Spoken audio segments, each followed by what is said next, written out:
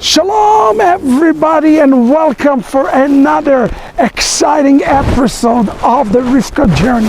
Yes, it's me, Rabbi Shapira. I'm the author of the Rivkah Remnant, and you're watching right now and you probably say, why are you so far?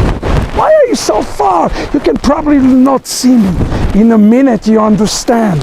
I am standing right now in the middle of a frozen lake that's, although seems like is not possible, was just crossed by me. And today I want to talk to you about one of perhaps the most important attributes of the Rivkah Remnant, that is called Kfitzat HaDerch. Listen to what I wrote in the book in page 151 as related to the journey of Eliezer and Rivkah back. It says the following in the Targum: and Rivkah arose, and she and her damsel rode upon camels, and went after the man, Eliezer. And the servant took Rivkah with him and journeyed.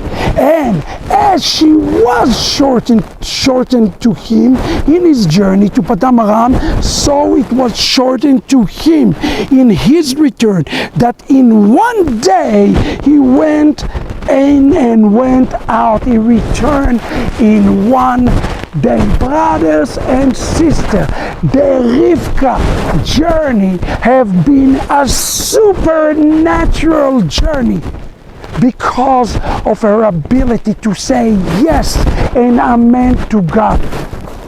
If you want to know today if your journey is real and is significant and is the authentic Rivkah journey, you have to ask yourself one question: is your journey full with signs, wonders, and miracles? This is the most important question. When the Israelites crossed over the wilderness, there was electricity making a way for them, so no scorpion and no serpent will be able to touch them, just as Yeshua declared that you will be able to trample upon the scorpions and the snakes.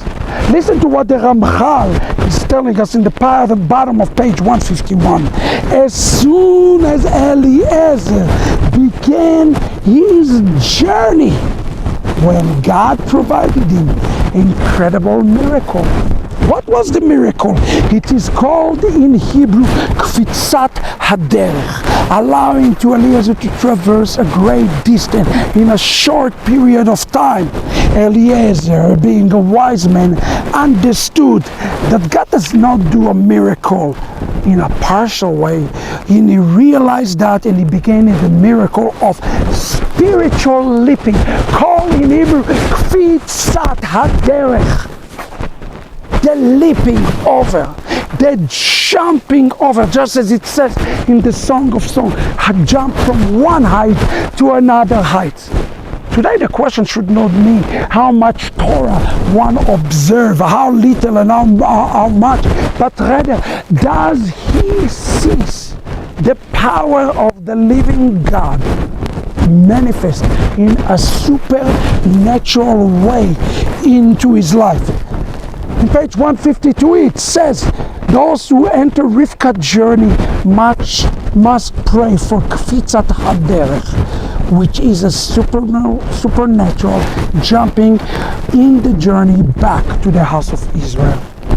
Your journey to the house of Israel could be very, very long or cumbersome, or can be very, very, very short, filled with the power of God.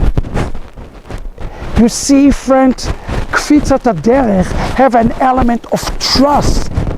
And also Rivkah had to be brave in this, just as I had to be brave today in walking over.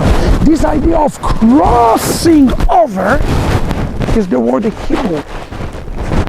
Rivkah became Hebrew before even meeting Itzhak, because she crossed over. Today your job is to cross over, not by might, not by power, but by the Spirit. This is This is the Rivkah journey. It's a supernatural journey where God shortened times, shortened seasons, make a supernatural, narrow, yet straight paths for you. So I want you to know something, that part of being the Rivkah remnant means that you, even in frozen lakes like this, will be able to cross over and to thrive and to succeed in reaching the other side. Don't lose your way across this journey.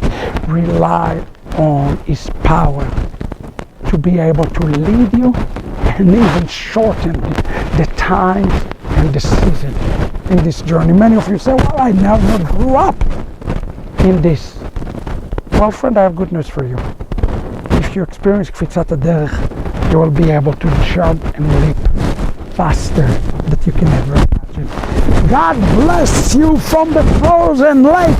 Let us cross over without fear in a great faith together in the name of our Messiah. It is time for your great Kfitzat HaDerch. Shalom, everybody.